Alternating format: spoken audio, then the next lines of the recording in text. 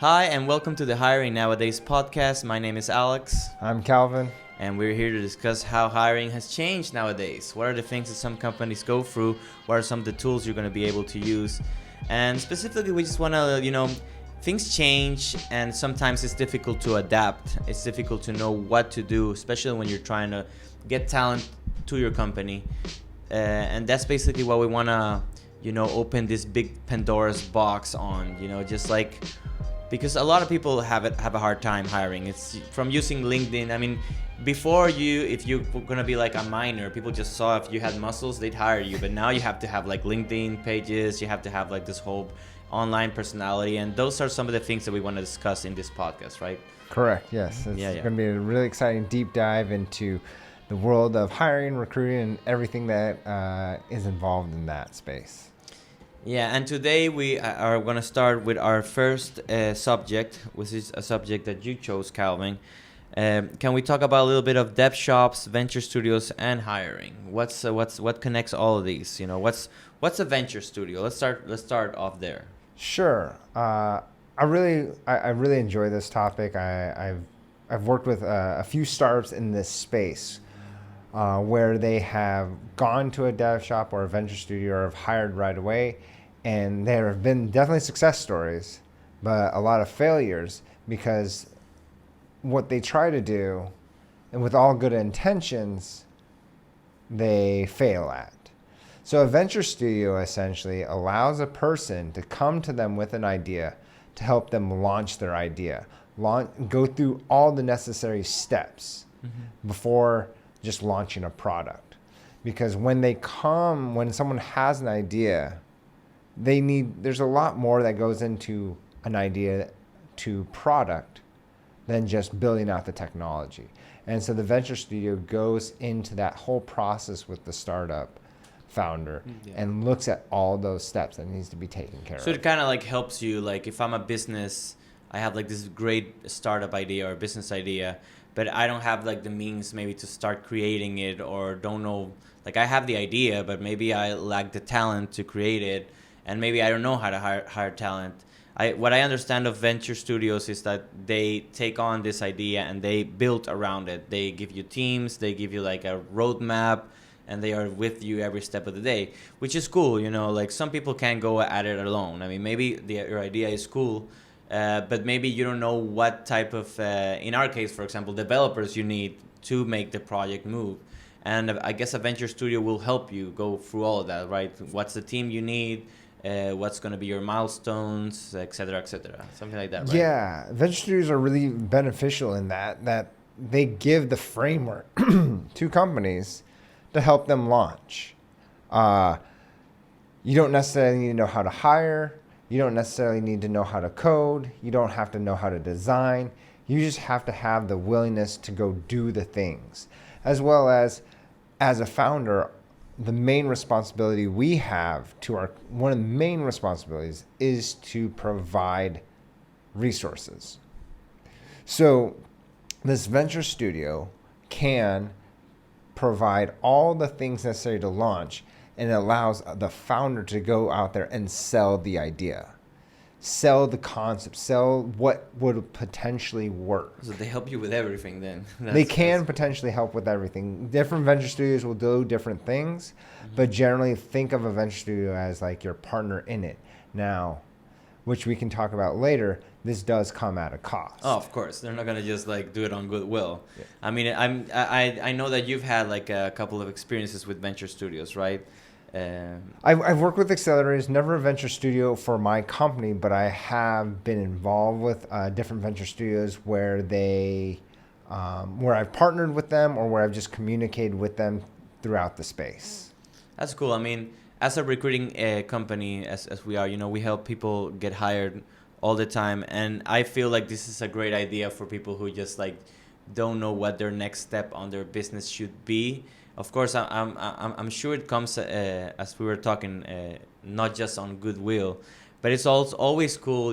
Back then, I guess if you started a business, no one would help you. I mean, maybe you get investors, but they give you money and not really like overview what you're doing, or not even like give you advice. basically just work as banks, I guess, business way back the line in the line.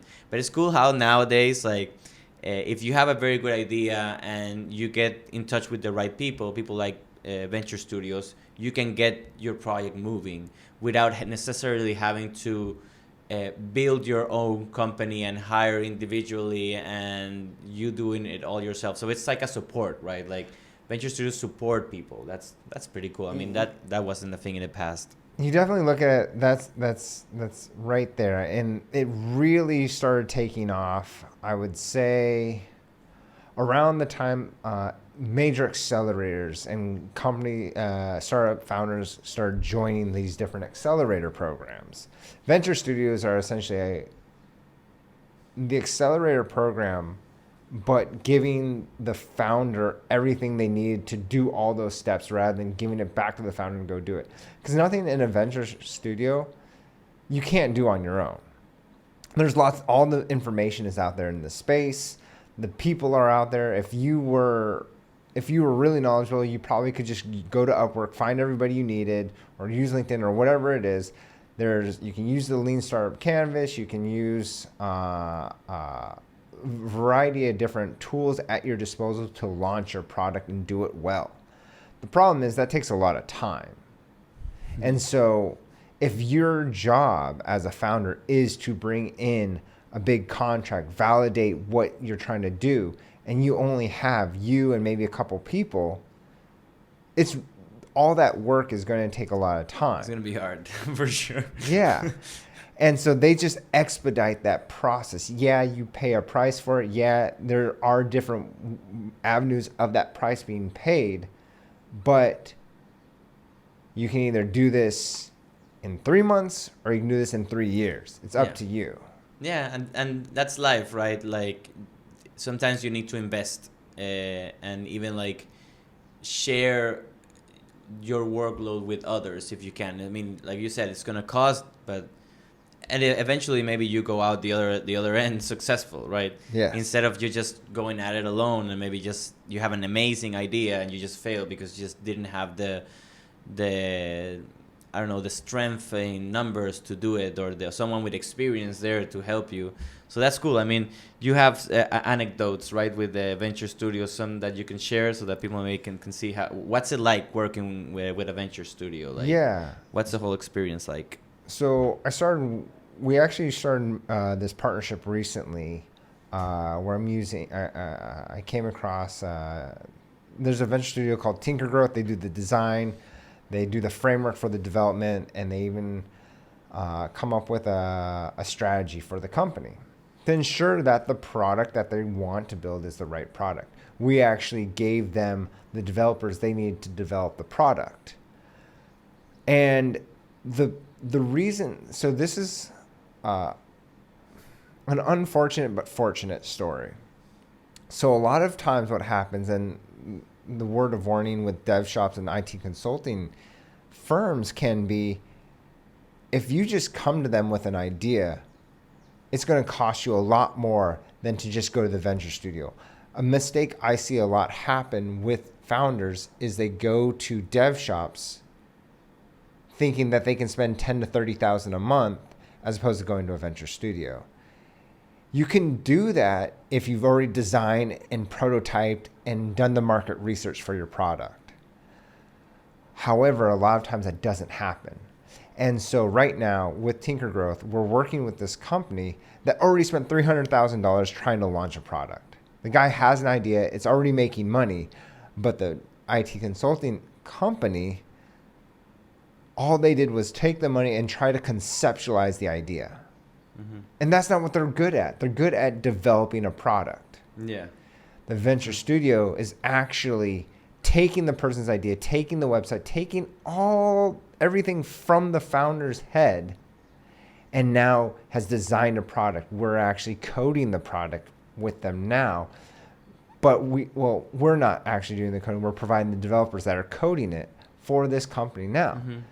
And that's the benefit of the venture studio. Yeah, they're taking some equity from the company. It's well earned. Imagine the ideal scenario would have been this guy goes to the venture studio before spending the 300,000. He probably ends up spending 60,000, which again, it's really hard for the founders to just let go of. Mm-hmm. It's really easy to think, okay, I got a year, I just raised $300,000 to build a product. Okay, the Devshop can build this product for me. Okay, let me go to the Devshop, IT consulting. They're in India, they're in Ukraine, wherever. That's where they typically go. And they go, let's build the product. And yet they didn't do the market research. And the venture studio, in fact, has doing all that for them now, designing every little step for them. And they're going to, they're still going to spend $60,000 to $100,000 on this and give up some equity. But the guy has nothing right now, and he's just out $300,000. I mean, it's a better road, especially I guess if you're not like don't have the experience maybe to do it, or maybe like I said, like the manpower. It sounds like I know I'm gonna use like a really funny like metaphor, but it sounds like you watch the Power Rangers, right? Of course. Like a Megazord, like you are like a small company with a great idea, but then all these pieces come together that the venture studio basically offers, and then you just become like this huge robot. And I guess like as a founder, that'd be cool, to have someone support you that way. And robots are fucking cool, so but that's how I imagine it, right? Like it's like you becoming stronger. Your idea is strong, but a venture studio surrounds it so that it can actually work. Correct. Yeah, that's a good analogy for that. They are the Megazord for the individual. Again, and this isn't, my intention isn't to push people towards a venture studio. You can go through, like, I think YC has a startup school. You can go through all that. You can do this on your own. Like, there's a lot of value in doing it. But if you don't have the time, I throw a word of caution and this is maybe self-sabotaging, because our business is predicated on people hiring people through us. If you haven't done the work to outline the market research and do all those things, hiring a developer with us is actually going to give you a negative experience. Going to the dev shop too soon before you do that, you're going to waste money. Now the venture studio is going to have a higher upfront cost and will probably charge you equity, and that's scary for a founder.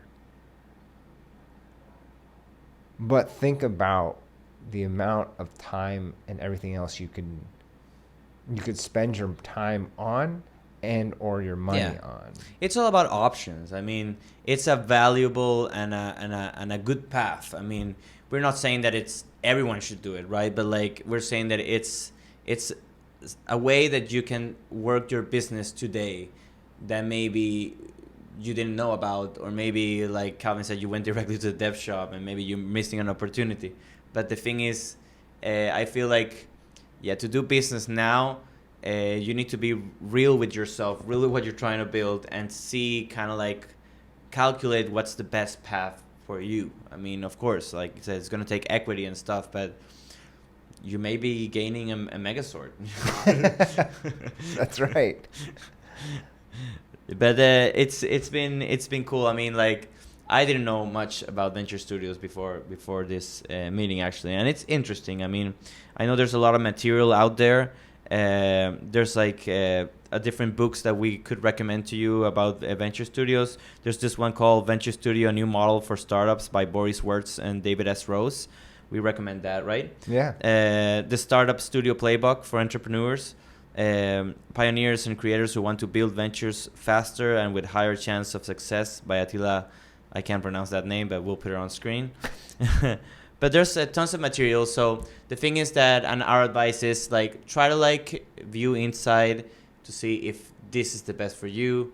If you feel kind of like alone in your business and don't know what the next step is, you can always write to us. But if you find it's a venture studio what you need, then I would say go for it. I mean, it doesn't sound like that bad.